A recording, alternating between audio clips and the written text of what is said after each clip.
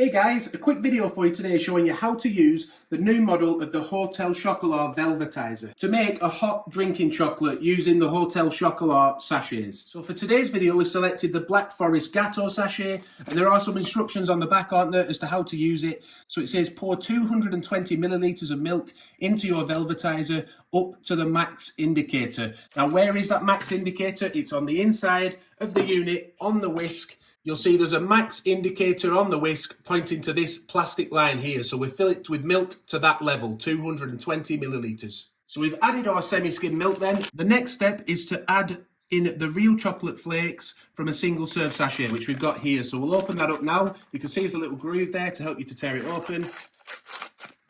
Inside we've got some lovely dark chocolate flakes, look, and they want to go inside the unit.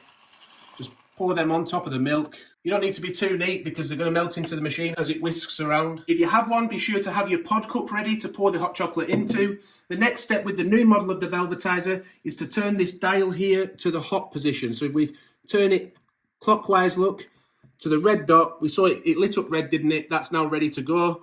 Pop the lid back on. We'll do that now. It's got a rubber seal on. And then you press this button down.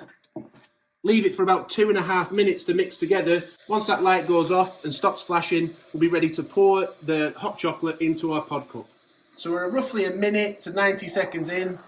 As we can see, that chocolate is starting to nicely mix together and melt into the milk.